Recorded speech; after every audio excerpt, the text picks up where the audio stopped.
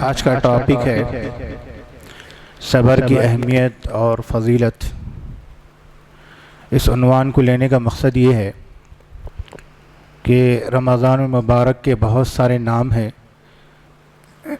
اس مہینے کا ایک نام ماہ صبر یعنی صبر کا مہینہ ہے، اور حدیث کے اندر آتا ہے، آپ نے فرمایا کہ صبر آدھا ایمان ہے، اور اسلام جو پھیلا ہے وہ صبر ہی کی بنیاد پر پھیلا ہے۔ میں آپ کو صبر کی 3 چیزیں بتاتا ہوں۔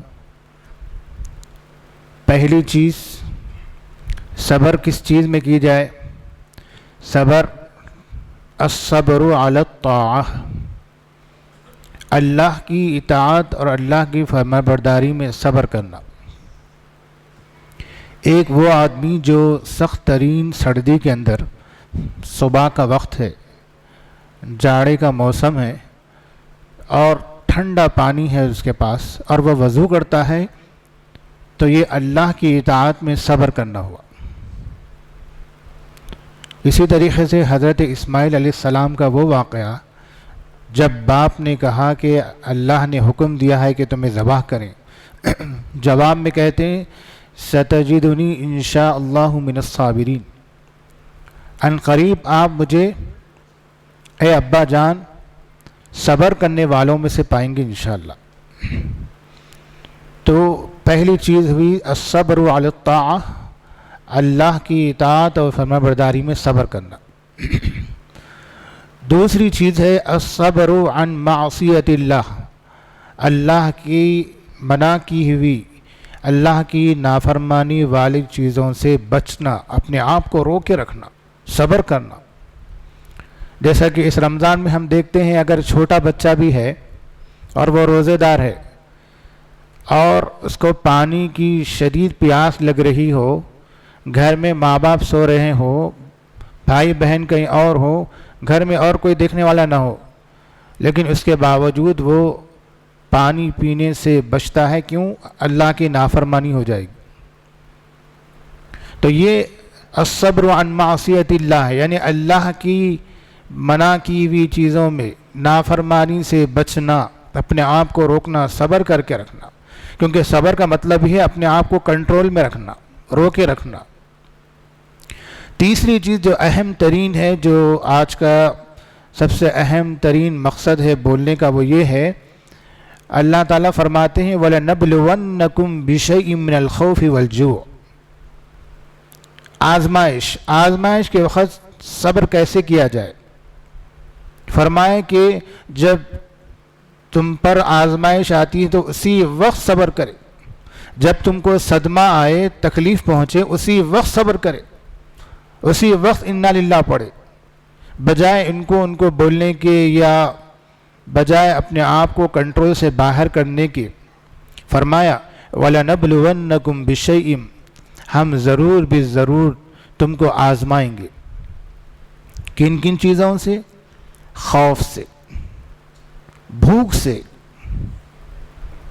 من الخوف والجوع، ونقص من الاموال، مالوں کی کمی سے، والانفس، جانوں کی کمی سے۔ اللہ نہ کرے کسی کے باپ کا انتقال ہو گیا، کسی کے بچے کا انتقال ہو گیا، وغیرہ وغیرہ۔ والثمرات، اور جو میوے اور پھل تمہیں نظر آ رہے ہیں، اس کی کمی بھی ہو سکتی ہے، آزمائش ان چیزوں میں ہوگی۔ اور آگے اللہ تعالیٰ فرما رہے ہیں وَبَشِّرِ الصَّابِرِينَ، صبر کرنے والوں کو آپ خوشخبری سنائیے، الَّذِينَ إِذَا أَصَابَتْهُمْ مُصِیبَہ، جب ان پر کوئی مصیبت آتی ہے تو کہتے ہیں اِنَّا لِلَّهِ وَإِنَّا إِلَيْهِ راجعون، اور اس کے نتیجے میں اللہ تعالیٰ کہتے ہیں اولئک علیہم صلوات من ربہم ورحمہ، ان کے اوپر ان کے رب کی طرف سے رحمتیں برستی ہے، وَأُولَئِكَ هُمُ الْمُهْتَدُونَ، اور یہی لوگ اصل میں ہدایت یافتہ ہے۔ اب ایک حدیث ہے جو امپورٹنٹ ہے، جو میرے خیال میں مردوں سے زیادہ عورتوں کو سنانا چاہیے، وہ یہ ہے کہ حضرت ام سلیم کا واقعہ بخاری میں ہے۔ ام سلیم رضی اللہ عنہ کا واقعہ آپ نے ہو سکتا سنا ہوگا۔ وہ یہ ہے کہ ایک دفعہ ان کے بیٹے کی طبیعت بڑی خراب ہو جاتی، معصوم بچہ ہے اور اس کا نام ہے طلحہ، اور باپ اور ماں دونوں اس کی کیفیت میں لگے ہوئے ہیں، اس کی فکر میں، اس کی صحت کے بارے میں۔ ایک دفعہ ایسا ہوتا ہے کہ باپ یعنی ام سلیم کے شوہر کسی کام سے چلے جاتے باہر، اور اسی دوران بیٹے کا انتقال ہو جاتا۔ اب انتقال کے بعد جو عورت کا صبر دیکھیے وہ کیسا تھا، بجائے قابو سے باہر ہونے کے، کنٹرول کے باہر ہونے کے، انہوں نے سب سے پہلے اپنے شوہر تو بیچارے غائب تھے، تو انہوں نے کہا کہ پہلا کام یہ ہے کہ اس کو غسل دیا جائے، اس کو دفنایا جائے، کفنایا جائے، کیونکہ جنازے کو زیادہ دیر رکھنا مناسب نہیں ہے حدیث کی روح سے، شریعت کے اعتبار سے۔ انہوں نے وہ کام کیا جو شرعی اعتبار سے کرنا تھا۔ جب شام ہوئی یہ سارے کام ختم ہو گئے، اس کے بعد شوہر واپس آئے۔ جب شوہر گھر آئے تو یہ بہترین انداز میں ویلکم کیا، انہوں نے استقبال کیا۔ آج کی عورت ہوتی تو کیا انداز ہوتا آپ تصور کر سکتے، میں زبان خراب نہیں کرتا، ان کے الفاظ کیا نکلتے زبان سے۔ انتہائی خاموشی سے مسکراتے چہرے کے ساتھ انہوں نے ویلکم کیا اور ان کے کھانے کا انتظام کیا، ان کی تھکاوٹ کو دور کرنے کے لیے ان کو ہر طریقے سے آرام پہنچایا، یہاں تک کہ اپنے آپ کو میک اپ کیا، میک اپ کر کے اپنے آپ کو سنوار کے رات میں اس طریقے سے رات گزاری میاں بیوی جیسے میاں بیوی عام طور پہ گزارتے ہیں، وہ کام کیا۔ جب صبح ہوئی تو شوہر نے پوچھا کہ بیٹے کی طبیعت کیسی ہے، بتایا نہیں تم نے؟ پہلے تو انہوں نے الحمدللہ کہا، اس کے بعد ایک بات کہا یہ بتائیے کہ اگر آپ کے پاس کوئی امانت رکھی جائے اور تھوڑے دن کے بعد وہ شخص اپنی امانت واپس لینا چاہے تو آپ کیا کریں گے؟ انہوں نے کہا کہ امانت کو جیسی کہ ویسی واپس کرنا چاہیے۔ تو ام سلیم نے کہا کہ ایسے ہی اللہ تعالیٰ نے ایک بیٹا آپ کو امانت کے طور پہ رکھایا تھا اور وہ واپس لے لیا۔ انتہائی آرام کے ساتھ سمجھاتے ہوئے سلجھے ہوئے انداز میں انہوں نے یہ بات بتائی تو بڑے حیران ہو گئے ہو، فوراً نبی کریم صلی اللہ علیہ وسلم کی خدمت میں پہنچ گئے اور کہا کہ اللہ کے رسول صلی اللہ علیہ وسلم یہ ماجرا ہوا، بیچاری یہ بتائی نہیں مجھے۔ کہا کہ تم نے رات گزاری، کیسے گزاری؟ کہا ایسے گزاری۔ فرمایا کہ اس رات کے گزارنے کی وجہ سے اللہ تعالیٰ چند مہینے میں تم کو بہترین لڑکا دینے والا ہے، اور ہوا وہ، اور اس کا نام عبداللہ رکھا گیا۔ تو اس حدیث سے یہ پتہ چلا کہ صبر کس موقع پر کیا جائے اور کس انداز سے کیا جائے۔ جب آپ کو شدید تکلیف پہنچتی ہے، معمولی بات نہیں ہے بیٹے کی وفات، معمولی بات نہیں ہے اس قدر جو ہے کنٹرول کرنا، تکلیف ہوتی ہے مصیبت پر، لیکن نبی کریم صلی اللہ علیہ وسلم کی تربیت میں صحابیہ نے اس طریقے کا کام کیا۔ اب میک اپ کرنا بھی گناہ نہیں ہے، اس کا مطلب کہ لوگ کہتے ہیں ارے مصیبت کے وقت غم میں تم میک اپ کر رہے ہیں، مصیبت کے وقت تم اتنی نرمی سے بات کر رہے ہیں۔ تو کہا گیا کہ مصیبت کے وقت ہی اصل ٹیسٹ ہوتا ہے۔ عام طور پہ حیدرآبادی اردو میں ہم صبر کا مطلب یہ لیتے ہیں پہلے خوب بک لو، خوب رو لو، خوب پیٹ لو، چیخ لو، پکار لو، آخر میں جب سب ہونے کے بعد کیا کر سکتے صبر کی سوا اور کچھ بھی نہیں کر سکتے۔ یہ اسٹائل بنا لی لوگ۔ صبر کا مطلب پہلی جو وار ہوتی ہے، جب مار پڑتی ہے یا آزمائش آتی ہے، اسی وقت انا للہ کا لفظ نکلے، وہاں پر اجر ملتا ہے۔ اب میں جو آیت پڑھا ہوں اس کا تھوڑا ترجمہ سن لیجئے۔ اللہ تعالیٰ فرماتے ہیں یا ایھا الذین آمنوا، سورہ آل عمران کی آخری آیت ہے۔ اللہ تعالیٰ فرما رہے اے ایمان والو، یعنی اے وہ لوگ جو ایمان لائے۔ یہ ایمان کا لفظ، ایمان والوں کا لفظ آپ تو بہت ساری آیتوں میں سنا ہوگا، یا ایھا الذین آمنوا بہت جگہ، لیکن اس جملے کا مطلب کیا ہے؟ تو مفسرین کہتے ہیں کہ جب یا ایھا الذین آمنوا کا لفظ تمہارے کان پر پڑے تو تم خبردار ہو جاؤ، چوکنا ہو جاؤ۔ کیوں؟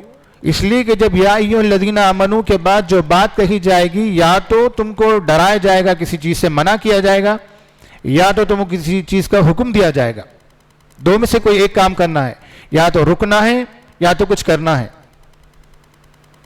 تو فرمایا یا ایھا الذین آمنوا، اے وہ لوگ جو ایمان لائے، پہلا کام کیا کرو؟ اصبروا، صبر کرو۔ دوسرا کام وصابروا، ایک دوسرے کو صبر کی تلقین کرو، نصیحت کرو، وصیت کرو۔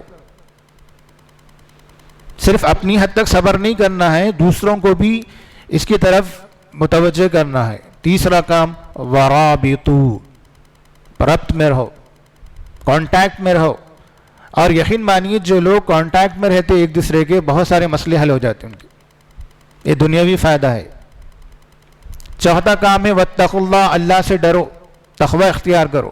جب یہ چار کام کر لیں گے، صبر بھی ہے اور ایک دوسرے کو صبر کرنا بھی ہے اور ایک دوسرے سے مل کے بھی رہنا ہے اور اس کے بعد اللہ سے ڈرنا بھی ہے، لعلکم تفلحون، اگر یہ کام کر لیے تو تمہاری دنیا میں بھی کامیابی ہے، آخرت میں بھی کامیابی۔ تو کامیابی کے لیے صبر بڑی اہم ہے۔ آج کل مسلمان بے صبرے بہت ہیں، فٹافٹ کام ہو جانا، دور اندیشی نہیں، جو کام کرتے ہیں اس کے بارے میں کیا نتیجہ نکلتا ہے، رزلٹ کیا آتا ہے، اس کی فکر ہی نہیں رہتی۔ تو آدمی کو چاہیے تھوڑا ہمت کے ساتھ، استقامت کے ساتھ، تھوڑا صبر سے، تھوڑا دور اندیشی سے اپنے آپ کو ضبط کرتے ہوئے، کنٹرول کرتے ہوئے نتیجے پر غور کیا جائے، نظر رکھا جائے کہ نتیجہ کیا نکلنے والا ہے، میرے غصے پر، میرے آؤٹ آف کنٹرول ہونے پر کیا نتیجہ نکلنے والا ہے، اس پر ہماری نظر ہونی چاہیے۔ تو مسلمان اردو کے صبر سے واقف ہے لیکن عربی صبر سے واقف نہیں ہے۔ عربی صبر یہی ہے کہ آدمی پہلی جب تکلیف پہنچتی ہے تو پہلے ہی انا للہ پڑھ لے، اللہ کے حوالے کرے معاملہ، اور دوسرا کام اب آگے کیا کرنا ہے، اس تکلیف کو دور کیسے کیا جائے، اس کی فکر کرنا، یہ خود صبر میں شامل ہے۔ اور جب سب کچھ کر لے اس کے بعد اردو کا صبر کرے کہ اب کیا کر سکتے، سب جو کرنا تھا کر لیے، اب اللہ کی مرضی، یہ مطلب ہوا۔ تو خلاصہ یہ ہے کہ جب کبھی آزمائش آتی ہے یا اللہ کی طرف سے کوئی مصیبت آتی ہے تو ان اوقات میں اپنے آپ کو کنٹرول کرنے کی کوشش کریں، صبر کا مظاہرہ کریں، اور خاص طور پہ اس مہینے کے اندر، چونکہ اس مہینے کا نام خود صبر رکھا گیا ہے، تو ہم اس میں صبر کیسے کریں؟ صرف بھوکے رکھنا صبر نہیں ہے، اپنے آپ کو خالی پیٹ کر کے رہنا یہ صبر کا کام نہیں ہے، بلکہ اللہ کے رسول فرماتے ہیں تمہارے ہاتھ کا بھی روزہ ہے، یعنی ہاتھ کو کنٹرول میں رکھو، کہیں غلط چیزوں میں نہ چلے جائے۔ تمہاری زبان کا بھی روزہ ہے، کہیں زبان سے پھسل نہ جائے کوئی الفاظ۔ تمہارے آنکھوں کا بھی روزہ ہے، کہیں آنکھوں سے کوئی ایسی ویسی غلط حرکت نہ دیکھنے میں آئے۔ تمہارے کانوں کا بھی روزہ ہے کہ کانوں سے کوئی غیبت نہ سن لی جائے۔ تمہارے قدموں اور پیروں کا بھی روزہ ہے، کہیں ایسا نہ ہو کہ تم غلط راہ پہ چلے جائیں۔ تو روزہ پوری باڈی کا نام ہے، اور پورے صبر کے ساتھ، پورے کنٹرول کے ساتھ اور استقامت کے ساتھ رہنے کا نام روزہ ہے۔ تو اللہ تعالیٰ سے دعا ہے کہ اللہ تعالیٰ مجھے اور آپ کو صحیح معنی میں صبر کرنے کی توفیق عطا فرمائے، اس کو سمجھنے کی توفیق عطا فرمائے، اور ان باتوں کو اپنے گھروں میں شیئر کرنے اور اپنے گھروں میں اس کو امپلیمنٹ کرنے اور دوسروں تک پہنچانے کی توفیق عطا فرمائے۔ وآخر دعوانا الحمدللہ۔